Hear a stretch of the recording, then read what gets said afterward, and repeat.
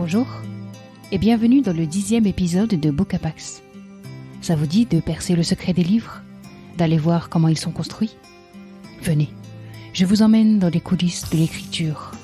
Ce podcast, c'est pour vous, passionnés de lecture. Ensemble, on va se glisser dans les arcanes du style, fouiller les tréfonds du langage. Vous aussi, vous lisez un livre en cherchant à savoir comment il est bâti ? Alors suivez-moi. Nous voici arrivés au terme de cette série. Et c'est avec une vraie tristesse que nous nous apprêtons à quitter des personnages auxquels on avait fini par faire une place près de nous. Car la saga d'Elena Ferrante a cela de très fort. Elle provoque en nous des sentiments multiples, contradictoires, puissants. Elle nous installe dans un univers, elle s'impose comme une compagne à laquelle on fait de la place avec plaisir, elle enracine profondément les mondes qui l'habitent. Ainsi, si les pages défilent et nous mènent au bout de l'histoire, l'ambiance, l'atmosphère, les protagonistes de la tétralogie nous hantent. Ils ne nous quittent plus.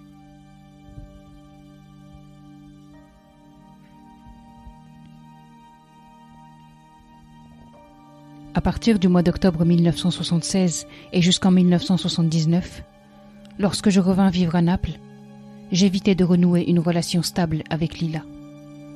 Mais ce ne fut pas facile.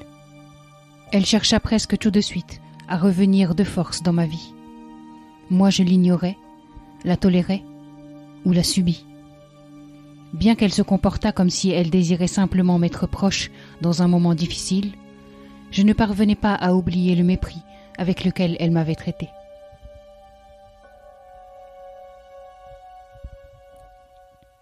L'enfant perdu. Ainsi s'intitule ce 4e et dernier tome de la saga L'Amie prodigieuse. Un roman qui va recouvrir pas moins de 30 années des vies de Lila et Lénou, de la trentaine à la soixantaine. Désormais, Lénou a fait voler en éclats son mariage bourgeois. Elle a laissé son mari à Florence et est retournée à Naples pour y vivre avec Nino, son amour de jeunesse. Une décision que lui a violemment reproché son ami de toujours, la volcanique Lila. L'Italie tente toujours de se sortir de l'ornière brutale des années de plomb. Et les personnages d'Elena Ferrante oscillent entre lutte politique ou compromission. Quant aux deux amies, elles tentent de retrouver une complicité passablement écorchée. Lila reste ce personnage sombre, qui flirte constamment avec les lignes rouges, qui lutte comme elle peut contre les trafics, et qui assoit peu à peu sa puissance dans le quartier.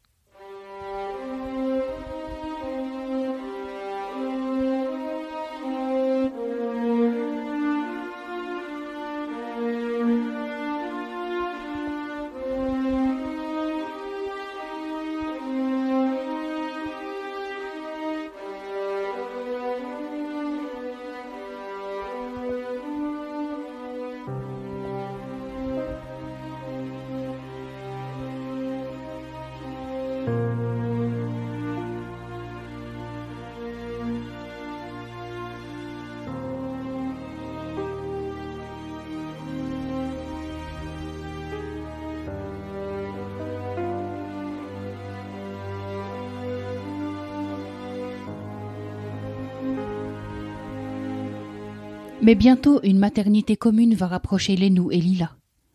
Mais aussi leur combat sans relâche contre un patriarcat qui n'a de cesse de les enfermer, de les contraindre. Le soutien qu'elles s'offrent mutuellement pour parvenir à se créer une place pleine et entière est total, mais non dénué de méfiance et de calcul. Il place la saga d'Elena Ferrante au rang des grandes œuvres féministes. On y voit deux femmes qui se démènent entre valeurs personnelles, règles sociales tacites et avilissantes, et réalité crue. On y voit deux femmes à l'amitié bancale aussi. Cette amitié, elle est gangrénée par le doute, les soupçons, les manipulations. Les deux héroïnes restent fragiles, ballottées entre leurs désirs et les épreuves qui s'abattent sur elles, auxquelles elles doivent faire face le plus souvent sans le soutien familial. Des épreuves, ce dernier tome n'en manque pas, surmontable comme écrasante. Et comme prévu dès le début du tome 1 de la saga, l'histoire se termine comme elle a commencé, avec la disparition brutale et choquante de Lila, partie sans laisser la moindre trace.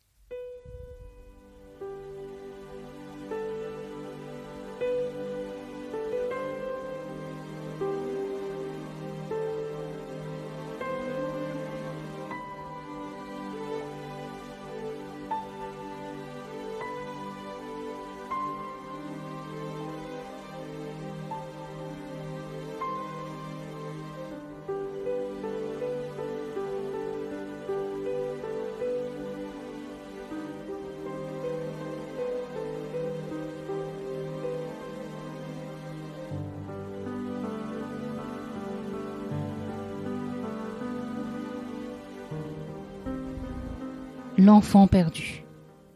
Un titre tout trouvé, tant le livre nous laisse orphelins de cette amitié fusionnelle et traversée d'orages, de cette ville de Naples violente et vivante, d'une multitude de familles qu'on a fini par intégrer. Si l'écriture d'Elena Ferrante nous captive et nous tient autant en haleine, c'est qu'elle est d'une infinie sensibilité. Aussi bouillonnante qu'envoûtante, l'autrice sait capter les complexités du genre humain. Elle sait fouiller les imperfections, les failles, l'intimité des sentiments. Ce qui lie Lila à Lénou, c'est une palette de sensations faite de sombre et de lumineux, de nébuleux et de brillant, d'amour et de haine. Le temps passant, la relation a drainé du réjouissant comme du sinistre. Au sortir de la saga, les personnages nous sont intimes. Le lien affectif qu'on a développé fait d'eux des quasi-proches. Les quitter est douloureux. La douleur vient du fait qu'on a vécu tant de choses avec eux, au plus près, pendant longtemps. Lila, Lénou et les autres laissent des traces indélébiles en nous. Leurs expériences, leur parcours de vie élargissent notre champ de conscience. Et en réalité, en refermant le dernier tome de la saga, on ne les quitte pas vraiment.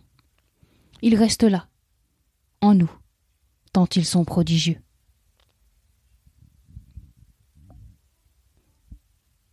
Que reste-t-il d'une existence? Que reste-t-il d'une amitié? Faut-il écrire pour laisser une trace? Mais qui lira tout ça? Comment être au plus près de la vérité? Autant de questions que pose la saga qui, dans le même temps, semble nous dire « L'essentiel est de vivre, pleinement, sans faux-semblant, et de laisser une trace la plus jolie possible de son existence. » L'essentiel aussi, en amitié, est la vérité des sentiments, louable comme détestable. L'amie prodigieuse est une œuvre sincère, profondément marquante, intense et remarquable. Comme la vie, elle s'achève avec quelques interrogations. La lire, c'est vivre une expérience romanesque incroyable. C'est toucher à la puissance des passions. Allez, finissons cet épisode avec Victor Hugo qui nous dit « La lumière est dans le livre. Ouvrez le livre tout grand. Laissez-le rayonner. Laissez-le faire. »